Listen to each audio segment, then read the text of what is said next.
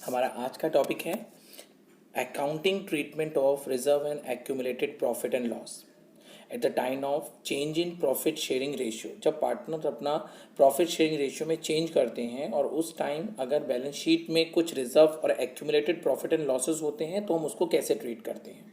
Basically इसके लिए हमारे पास दो केस हैं, ठीक है। इन फर्स्ट केस पार्टनर ये डिसाइड करते हैं कि रिजर्व और एक्यूमुलेटेड प्रॉफिट को पार्टनर्स कैपिटल अकाउंट में ट्रांसफ़र कर दिया जाए, ठीक है, उनके ओल्ड रेशियो में। तो according to first case first हम एंट्री पास करेंगे रिजर्व और एक्यूमुलेटेड प्रॉफिट की, बिकॉज रिजर्व और एक्यूमुलेटेड प्रॉफिट का जो बैलेंस होता है वो क्रेडिट होता है। तो जब हम उसको डिस्ट्रीब्यूट करेंगे तो उन सबको डेबिट कर लेंगे। According to first entry reserve profit and loss workman compensation and investment fluctuation reserve account debited to partners capital account in their old ratio, okay. And for the second entry accumulated losses का balance होता है debit, तो उनको credit कर देंगे और partners का capital और करंट अकाउंट डेबिट हो जाएगा उनके ओल्ड प्रॉफिट शेयरिंग रेशियो में, ठीक है स्टूडेंट। अब हम सेकंड केस करेंगे। According to second case reserve and accumulated profit और loss are not to be transfer to capital account. In this case partner decided कि रिजर्व और एक्यूमुलेटेड प्रॉफिट को रिमेन्स अनडिस्ट्रीब्यूट, उनको डिस्ट्रीब्यूट नहीं करना है। So according to this we have to pass a adjustment entry. In this case, we will following step we will take. First, we will calculate the net effect. We will add all the reserves, accumulated profit and losses. Okay. So net effect हमारा जो आएगा वो credit आएगा अगर credit balance ज़्यादा होते हैं, और अगर डेबिट बैलेंस ज़्यादा होते हैं तो नेगेटिव बैलेंस आएगा। डेबिट का बैलेंस नेगेटिव होगा और पॉजिटिव का बैलेंस क्रेडिट होगा, ओके। उसके बाद हम सेक्रीफाइस और गेनिंग रेशियो निकाल लेंगे पार्टनर्स के, as we learn in first learning object, and then we will calculate the gain and sacrifice portion of the partner on net effect, and after that we will pass the adjustment entry. Adjustment entry हम उसके बाद पास कर देंगे। हमारी adjustment entry होगी, अगर हमारा positive impact आता है, पॉजिटिव इफेक्ट आता है तो हमारी एंट्री होगी gaining partners to sacrificing partner, that means gaining partner sacrifice को कॉम्पनसेट करेगा। और नेगेटिव इफेक्ट आता है अगर हमारा डेबिट बैलेंस ज़्यादा होता है तो हमारी एंट्री होगी sacrificing partners capital account debit to gaining partners, ठीक है। तब सेक्रीफाइसिंग पार्टनर गेनिंग पार्टनर को कॉम्पनसेट करेगा, ओके। अब एक न्यूमेरिकल प्रॉब्लम सॉल्व करेंगे केस 1 के अकॉर्डिंग। एक्स वाई जेड जिनका पुराना ओल्ड रेशियो है 4:3:2 और न्यू रेशियो हो जाता है equal. At the time of change in profit sharing ratio उनकी बैलेंस शीट में there are some balances, profit and loss credit 60,000, general reserve 90,000, workman compensation reserve 30,000 and advertisement suspense account 90,000. And in first case partner decide to distribute these reserve and accumulated profits and loss account in their capital account. So these reserve and profit and loss will be debited because इनका balance credit होता है, हम इनको debit करके close कर देंगे, distribute कर देंगे पार्टनर्स के कैपिटल अकाउंट में ओल्ड रेशियो में। And first entry P and L debit, general reserve debit, workman compensation reserve account debit 2x 2y and 2z इनके ओल्ड प्रॉफिट शेयरिंग रेशियो में। एंड सेकेंड एंट्री में एक ही हमारा debit balance है, advertisement suspense account, उसको हम credit कर देंगे क्योंकि उनका बैलेंस डेबिट होगा, या क्रेडिट करके उसे क्लोज कर देंगे और पार्टनर्स को ओल्ड प्रॉफिट शेयरिंग रेशियो में डेबिट कर देंगे, okay. One more question according to case second. In this A B C जिनका प्रॉफिट शेयरिंग रेशियो है 2:3:4 और इनका नया रेशियो हो जाता है 4:3:2। At the time of change in profit sharing ratio partner decide करते हैं कि reserve and profit and loss will not to distribute, तो हम इनको डिस्ट्रीब्यूट नहीं करेंगे। According to case second general reserve हमारा 40,000 P and L and advertisement suspense account. First of all we will calculate the net effect, we will add all these reserve and advertisement suspense having the debit balance, that's why I will subtract the total net effect is 45,000 which is credit balance, मतलब net effect हमारा positive आया है। फिर हम sacrifice और gaining ratio निकाल लेंगे, old में से न्यू रेशियो माइनस कर देंगे। ए हमारा गेन कर रहा है, बी न्यूट्रल है और सी हमारा 2/9 से सेक्रीफाइस कर रहा है। फिर हम एंट्री पास कर देंगे क्योंकि हमारा पॉजिटिव इफेक्ट आया है, इसलिए हमारी एंट्री होगी gaining partners capital account debit to sacrificing partner, A is capital account debit to C's capital. A debit होगा बिकॉज ऑफ गेनिंग पार्टनर और सी क्रेडिट होगा because of sacrificing partner. B यहाँ neutral है तो उसकी हम entry पास नहीं करेंगे। ये 10,000 कैसे आएगा, 45,000 जो हमारा नेट इफेक्ट है उस पर हम 2/9 पुट कर देंगे तो हमारा 10,000 कैलकुलेट हो जाएगा, ठीक है। और इस सेकंड केस के अकॉर्डिंग हमारा दूसरा प्रॉब्लम भी सॉल्व हो गया। हमारा नेक्स्ट टॉपिक है workman compensation reserve.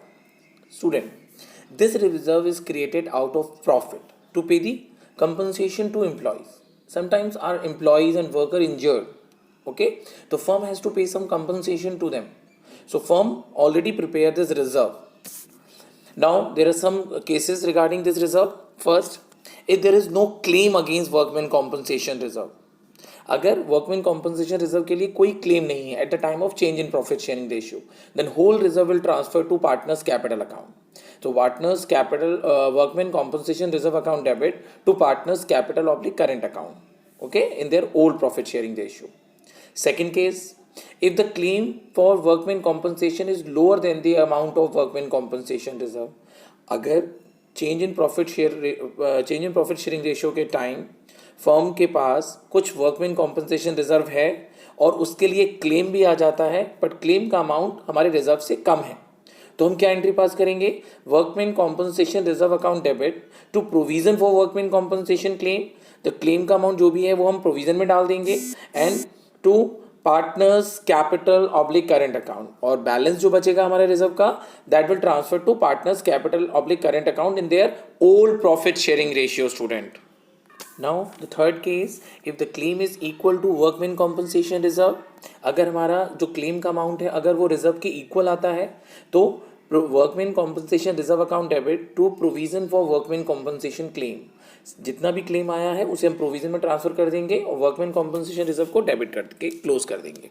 And fourth case, if the claim is more than the amount of WCR, अगर हमारा जो क्लेम का अमाउंट है अगर वो WCR से भी ज़्यादा है तो इस सिचुएशन में हम क्या करेंगे? वर्कमैन कॉम्पनसेशन रिजर्व को पूरे अमाउंट से डेबिट करेंगे और प्रोविजन में लिखेंगे जो एक्चुअल क्लेम आया है which is higher than the reserve. So the difference, the shortfall will transfer to revaluation account. Okay, this is a temporary P&L adjustment account and after that इसे partners में debit करके खत्म कर देंगे. तो partners capital account to revaluation account old ratio में. Please mind it student, this will also be transferred in old ratio. Now we will discuss a numerical problem regarding workman compensation reserve. Workman compensation reserve के लिए हमारा जो numerical problem है, XYZ are partner for 4:3:2 ratio और उनका नया ratio हो जाता है 2:3:4. So at this change in profit sharing ratio उनकी बैलेंस शीट में WCR है 90,000 का. There are some cases regarding. In first case there is no claim. अगर रिजर्व हमारे पास है और उसके लिए कोई क्लेम नहीं होता है at the time of change in profit sharing ratio, तो हम ये सारा क्लेम पार्टनर्स के कैपिटल अकाउंट में ट्रांसफर कर देते हैं उनके ओल्ड रेशियो में. You can see the entry workman compensation reserve account DR to XYZ, इनको क्रेडिट कर देंगे. पर please remember student, this will also be transfer to their capital account in old ratio. इसको भी हम ओल्ड रेशियो में transfer कर देंगे. Okay, now next case, case 2. अगर हमारा क्लेम आता है 45,000 का, अगर हमारा क्लेम 45,000 का है जो कि हमारे रिजर्व के अमाउंट से कम है, तो हमारी एंट्री हो जाएगी workman compensation reserve account debit 90,000, provision में डालेंगे जो एक्चुअल क्लेम का अमाउंट है 45,000. अब हमारे पास जो बचा बैलेंसिंग रिजर्व बचा 45,000, that will distribute among partners in old profit sharing ratio XYZ 20,000, 15,000 and 10,000. Next case 3. In this case हमारे पास जो क्लेम आता है वो आता है 99,000 जो हमारे रिजर्व के अमाउंट से भी ज़्यादा है. ठीक है, तो अब जो भी शॉर्टफॉल आएगा, जो भी कमी आएगी, that will transfer to first revaluation account and then partners capital account. तो थर्ड केस में हमारी फर्स्ट एंट्री होगी वर्कमैन कॉम्पनसेशन रिजर्व डेबिट हो जाएगा जितने रुपए का क्लेम हमारे पास है बच्चों 90,000 से.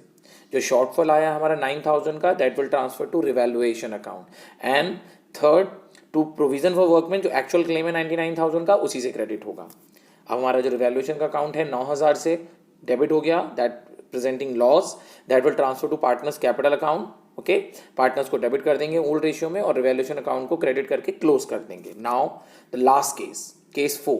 इन this case the claim amount of rupees 90,000. Now you can see हमारा जो क्लेम है वो हमारे रिजर्व के बिल्कुल बराबर आया है. ठीक है, इक्वल अमाउंट है. तो इस सिचुएशन में हम क्या एंट्री पास करेंगे? Workman compensation reserve account debit 90,000 से, और जो क्लेम है वो भी 90,000 का है, तो उतने रुपए से उसे क्रेडिट कर देंगे. तो यहाँ पर कुछ भी बैलेंस नहीं बचेगा जो हम पार्टनर्स में बांट सकें, और ना ही हमारे पास कोई रिवैल्यूएशन अकाउंट ओपन होता है. ओके, हमारा अगला टॉपिक है investment fluctuation reserve. This reserve is also created out of firm's profit to meet the fall in the market value of investment. अगर हमारी इन्वेस्टमेंट की मार्केट वैल्यू में कोई फॉल आता है तो उसके लिए ये रिजर्व बनाया जाता है. ठीक है, तो हम इसको कैसे ट्रीट करेंगे at the time of change in profit sharing ratio? There are some cases. First, when the book value and market value of investment is same. अगर हमारी मार्केट वैल्यू में कोई भी फॉल नहीं आता है, हमारी मार्केट वैल्यू और बुक वैल्यू सेम रहती है, तो हम ये IFR जो eight the time of change in profit sharing ratio हमारे पास होता है, इसको हम पार्टनर्स में डिस्ट्रीब्यूट कर देते हैं उनके profit share old profit sharing ratio में. Entry will be investment fluctuation reserve account DR to partners capital account in their old ratio. Second case, when the market value of investment is less than the book value. अगर हमारी market value investment की क्या हो जाती है? कम हो जाती है. But here there may be three possibilities. First, when the fall in the value is less than the investment fluctuation reserve. अगर हमारी इन्वेस्टमेंट की वैल्यू में इतना फॉल आता है जो हमारे रिजर्व की वैल्यू से कम होता है, तो हम उसके लिए क्या एंट्री पास करेंगे? Investment fluctuation reserve debit to investment and to partners capital account. Investment का एक्चुअल अमाउंट डेबिट कर देंगे, जितने का फॉल आया है वो इन्वेस्टमेंट, और बैलेंस पार्टनर्स में डिस्ट्रीब्यूट कर देंगे ओल्ड रेशियो. सेकंड केस है जब हमारी इन्वेस्टमेंट की वैल्यू में फॉल आता है बट वो फॉल हमारे रिजर्व के बराबर होता है, तो हमारी एंट्री हो जाएगी investment fluctuation reserve account debit to investment account. अब हमारे पास कुछ भी बैलेंस नहीं बचा रिजर्व में जो हम पार्टनर्स में डिस्ट्रीब्यूट कर सकें. Okay, now the next case is fall in the value is more than the investment fluctuation reserve. अब हमारी इन्वेस्टमेंट की वैल्यू में फॉल आता है बट वो फॉल हमारे रिजर्व के अमाउंट से भी ज़्यादा है, तो अब हमें एक टेम्पररी अकाउंट खोलना होगा, रिवैल्यूएशन अकाउंट. इसमें हम क्या करेंगे? इन्वेस्टमेंट फ्लक्चुएशन रिजर्व को एक्चुअल अमाउंट से डेबिट कर देंगे, इन्वेस्टमेंट की वैल्यू में जितने का फॉल आया है उसे क्रेडिट कर देंगे, और रिवैल्यूएशन अकाउंट में डेबिट करेंगे जितने रुपए की कमी आई है, जितने रुपए का शॉर्टफॉल आया है. फॉर एग्जांपल, अगर हमारे पास इन्वेस्टमेंट फ्लक्चुएशन रिजर्व है 20,000 का और हमारी इन्वेस्टमेंट की वैल्यू में कमी आ गई है 30,000 की, ठीक है, तो इन्वेस्टमेंट में लिखेंगे 30, इन्वेस्टमेंट फ्लक्चुएशन लिखेंगे 20, और 10,000 की जो कमी आई है वो रिवैल्यूएशन अकाउंट में. और नेक्स्ट केस जो नेक्स्ट एंट्री, फिर हम इस रिवैल्यूएशन अकाउंट को क्लोज कर देंगे, पार्टनर्स के कैपिटल अकाउंट को डेबिट कर देंगे इनके ओल्ड रेशियो में. ठीक है, रिवैल्यूएशन एक टेम्पररी अकाउंट होता है, उसे हमें क्लोज करना होता है. Third case, when market value of investment is more than the book value. अब हमारे इन्वेस्टमेंट की वैल्यू कम नहीं हुई है, अब वो ज़्यादा हो गई है. ओके, तो ये हमारे लिए एक प्रॉफिट का केस है. पहला, हम पूरा investment fluctuation reserve partners capital account में डिस्ट्रीब्यूट कर देंगे, investment fluctuation reserve account debit to partners capital account in their old ratio. फिर इन्वेस्टमेंट की वैल्यू को बढ़ाने के लिए हम एंट्री करेंगे investment account debit to revaluation account. अब रिवैल्यूएशन हमारा प्रॉफिट दिखा रहा है क्रेडिट करके, अब इस रिवैल्यूएशन अकाउंट को भी क्लोज करेंगे, रिवैल्यूएशन को डेबिट कर देंगे और पार्टनर्स के कैपिटल अकाउंट को क्रेडिट कर देंगे उनके ओल्ड रेशियो में. रिमेंबर स्टूडेंट, हमें ओल्ड रेशियो ही में ही डिस्ट्रीब्यूट करना है ये सब, क्योंकि ये सारे profit and losses showing your. अब हम इन्वेस्टमेंट फ्लक्चुएशन रिजर्व का एक न्यूमेरिकल क्वेश्चन सॉल्व करेंगे. ABC जिनका प्रॉफिट शेयरिंग रेशियो है 4:3:2 और उनका न्यू रेशियो हो जाता है 2:3:4. At the change of profit sharing ratio उनकी बैलेंस शीट में इन्वेस्टमेंट की वैल्यू है 2 लाख रुपीज़ और उनके पास जो रिजर्व है इन्वेस्टमेंट फ्लक्चुएशन रिजर्व वो है 18,000 का. There are some cases. According to first case, when there is no other information, अगर हमारे पास कोई फर्दर इन्फॉर्मेशन नहीं है तो हम इस IFR को पार्टनर्स में डिस्ट्रीब्यूट कर देंगे. तो what entry will pass? Investment fluctuation reserve account DR to A's capital to B's capital and to C's capital. हम इसको ओल्ड प्रॉफिट शेयरिंग रेशियो में डिस्ट्रीब्यूट कर देंगे. In second case, when market value of investment is rupees 2 lakh. Now you can see our market value of rupees 2 lakh as well our book value of rupees 2 lakh. They both are same. So again, IFR will fully distribute among partners in old ratio. Like same entry we will pass. Okay. Next third case, investment की जो value है वो हो जाती है हमारी rupees 1,91,000. तो अब हमारा जो डिक्रीज हुआ है वो हुआ है 9,000 से, जबकि हमारे पास जो रिजर्व है वो हमारे पास है 18,000 का. सो द रिमेनिंग जो बैलेंस होगा हमारा रिजर्व का that will be distribute among partners. तो हमारी एंट्री होगी थर्ड केस में investment fluctuation reserve account DR 18,000 to investment में जितने की वैल्यू कम हुई है 9,000 और ABC 4,000 3,000 2,000 ओल्ड रेशियो में डिस्ट्रीब्यूट कर देंगे. जो हमारा फोर्थ केस है यहाँ हमारी इन्वेस्टमेंट की वैल्यू कम नहीं हुई है, उल्टा ज़्यादा हो गई है, वो हो गई है 2,18,000. 18,000 से इंक्रीज हो गया. अगर हमारा इन्वेस्टमेंट का वैल्यू बढ़ जाता है तो हम इन्वेस्टमेंट फ्लक्चुएशन रिजर्व को पार्टनर्स में डिस्ट्रीब्यूट कर देंगे in old ratio. Same entry investment fluctuation reserve account debit to ABC in old ratio and we have to increase the value of investment by debiting investment account and credited revaluation account. अपने profit को हम revaluation account में show करेंगे. हमारी entry होगी investment account debit to revaluation account by 18,000 and this revaluation account we has to close by debiting revaluation account and credited partners capital account in their old profit sharing ratio. Entry will be revaluation account debit to A, to B, to C. Now next fifth case. In fifth case हमारे जो revaluation की value हो investment की value हो जाती है वो हो जाती है 1,73,000. 27,000 से हमारी इन्वेस्टमेंट की वैल्यू कम हो जाती है और यहाँ पर हमारे पास IFR कितने का है, वो है 18,000 का. तो जो शॉर्टफॉल आएगा 9,000 का that will debited in revaluation account और फिर हम रिवैल्यूएशन अकाउंट में डेबिट कर देंगे और उसके बाद फिर रिवैल्यूएशन अकाउंट को क्रेडिट कर देंगे. ठीक है, और पार्टनर्स को डेबिट कर देंगे उनके ओल्ड प्रॉफिट शेयरिंग रेशियो में और रिवैल्यूएशन का अकाउंट क्लोज कर देंगे.